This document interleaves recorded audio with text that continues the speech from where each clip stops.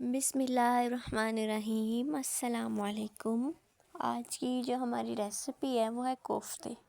तो चलें जी बनाना शुरू करते हैं। सबसे पहले आपने कीमा ले लेना है, बीफ का या मटन का, और आपने इसमें बेसिक से मसाले ऐड कर देने हैं। नमक, मिर्च, सूखा धनिया और ज़ीरा, हल्दी, ये सब कुछ आप अपने टेस्ट के अकॉर्डिंग ऐड कर लीजिएगा।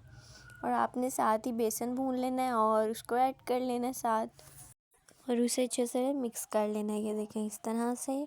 और आपने अपने साइज़ के अकॉर्डिंग, अगर आपको थोड़े बड़े साइज़ के पसंद हैं तो उस तरह से, या छोटे पसंद है तो उस तरह से आपने इस तरह बना लेने हैं। और ये देखिए हमने अब इसको फ्राई कर लेना है। हमने ऑयल को थोड़ा सा गर्म कर लेना है। ठंडे ऑयल में नहीं डालने, लेकिन बहुत ज़्यादा गर्म में भी नहीं डालने। इसे रख के आपने कुछ देर ऐसे ही छोड़ देना ताकि ये नीचे ना लग जाए। इसको एकदम से नहीं आपने साइड चेंज करनी, फिर आहिस्ता से साइड वगैरह चेंज कीजिएगा। और देखिएगा अभी इस तरह से बन जाएंगे, फ्राई हो जाएंगे तो निकाल लीजिएगा। साथ ही आपने लहसुन ले लेना है और प्याज ले लेना है। उसको आपने चॉप काट लेना है और इसे अच्छे से आपने फ्राई कर लेना है ऑयल में। ये देखिए इस तरह से आपने इसे अच्छे से फ्राई कर लेना। जब इसका कलर थोड़ा सा चेंज हो जाएगा तो तब आपने इसे निकाल कर जो है ना ग्राइंड कर लेना है। अच्छा, आप इस तरह से भी बना सकते हैं, लेकिन ये मेरी टिप है एक, अगर आप इसको ग्राइंड कर लेते हैं ना तो इसका जो मसाला है ना वो ज़्यादा अच्छे से, ये देखिए ग्रेवी इसकी ज़्यादा अच्छे से बनती है। बीच में आपने टमाटर और मिर्चें भी ऐड कर लेंगे काट के। जितना आपका कीमा होगा ना उसके अकॉर्डिंग टमाटर वगैरह ले लीजिएगा।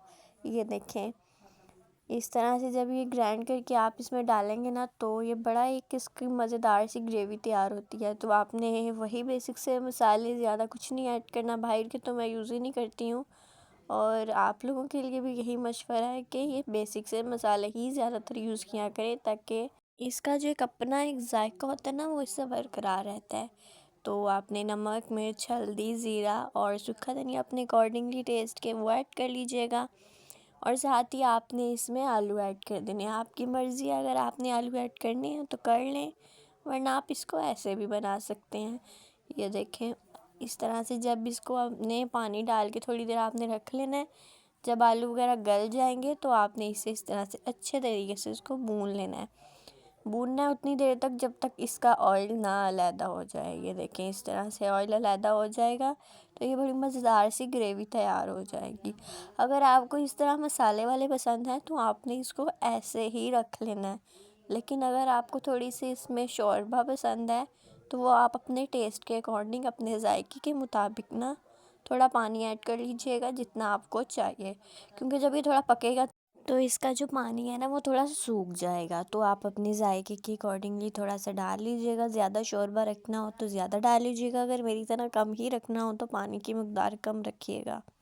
और अगर आपको मेरी रेसिपी पसंद आई हो तो मुझे सब्सक्राइब ज़रूर कीजिएगा ताकि नई आने वाली रेसिपीज़ आप तक पहुंच सकें। आप लोग ज़रूर ट्राई कीजिएगा एक मर्तबा और मुझे ज़रूर बताइएगा। मुझे अपनी दुआओं में हमेशा याद रखिएगा। अल्लाह हाफिज़।